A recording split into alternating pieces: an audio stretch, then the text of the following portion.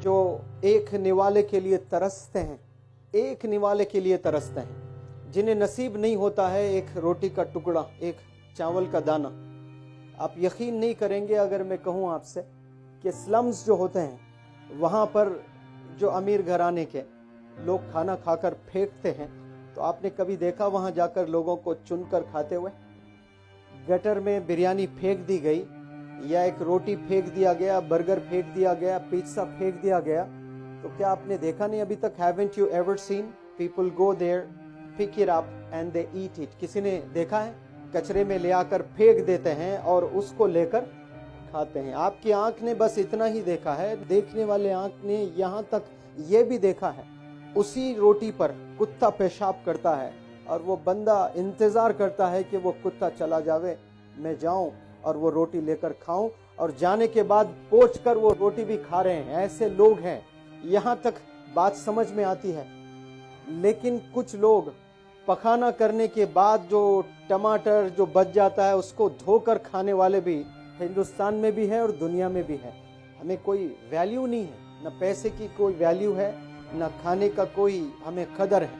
इसी के लिए एजुकेशन पर एम्फसिस किया गया है ताकि मिल बांट कर खाएं, सबको दें। लेकिन हमें कोई कदर है ही नहीं, ना एजुकेशन की कदर है, ना पैसे की कदर है, ना इंसानियत की कदर है कि कितने तड़पते हैं लोग खाने के लिए। और जो खाना आपको मिल रहा है वो बड़े आराम से आप खा रहे हैं, उसको फेंक भी रहे हैं। और वो जो 12 रुपए का एक सिगरेट पीता है, वो एक बार सोच ले कि जमा सर ने क्लास में कहा था रोटी पर कुत्ता पेशाब कर रहा है, कुत्ता जाने के बाद उसे साफ करके वो रोटी खाने के लोग दुनिया में हैं। मैं ये 12 रुपए सिगरेट के बचाऊं और कोई गरीब के घर दूं तो वो घर की भूख मिटेगी। ये हमें कभी ख्याल ही नहीं आता है। हम लोग बस अय्याशी में गुजारते हैं। वो अय्याशी में गुजारने वाले लोग ये सोच लें कि वो पैसा अल्लाह ने दिया है आपको, आप खुद से नहीं बनाए हैं पैसा, वो अल्लाह ने दिया तब वो आपने बनाया है, वरना आपको वो पैसे नहीं मिलते। अल्लाह ताला आपको वो जगह पर रख सकता था जो रोटी को पोंछ कर खाते हैं। आप और मैं, हम भी हो सकते हैं उस पोजीशन पर, क्या नहीं हो सकते?